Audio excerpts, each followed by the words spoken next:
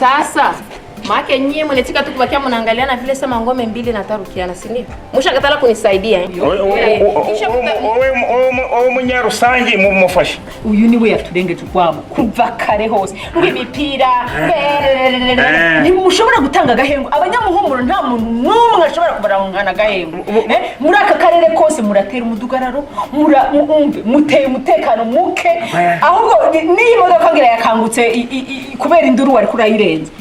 Iratoboka cyangwa irehira. Abanyarusangi mwebwe ishyari ryanyu rizabamarira iki?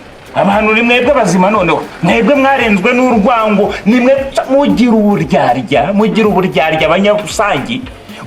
Ugera no kumusokoro kaje. Okay, sawa basi. Okay, sawa. Wewe mwenyewe unasema uko nenda kwa interview. Sawa. Na wewe mko nasema sasa tena sije urudisha nini? Okay, tuikale. Juu na mimi peke sitaifami peke. Tungoe teknisia akuye abifanye ndio ile ma interview na bucuruzi mtakufanyia wapi. Uyo ni wari karabeshe. Je nukuri ndihuta reka basi jewe nze kugufasha. Urihuta. Ntunyegere wewe. Nta nkureko. Nsinanye ntere no kumura ngusane msogeleane mtatumika. Tunaona hivi nyingi si mnapasha kwa maisha kawaida ni hivi wabugo wa muhumuro wa rusangi wote wanakutana nafasi moja vinakuwa jamani watu tunaungana mkono na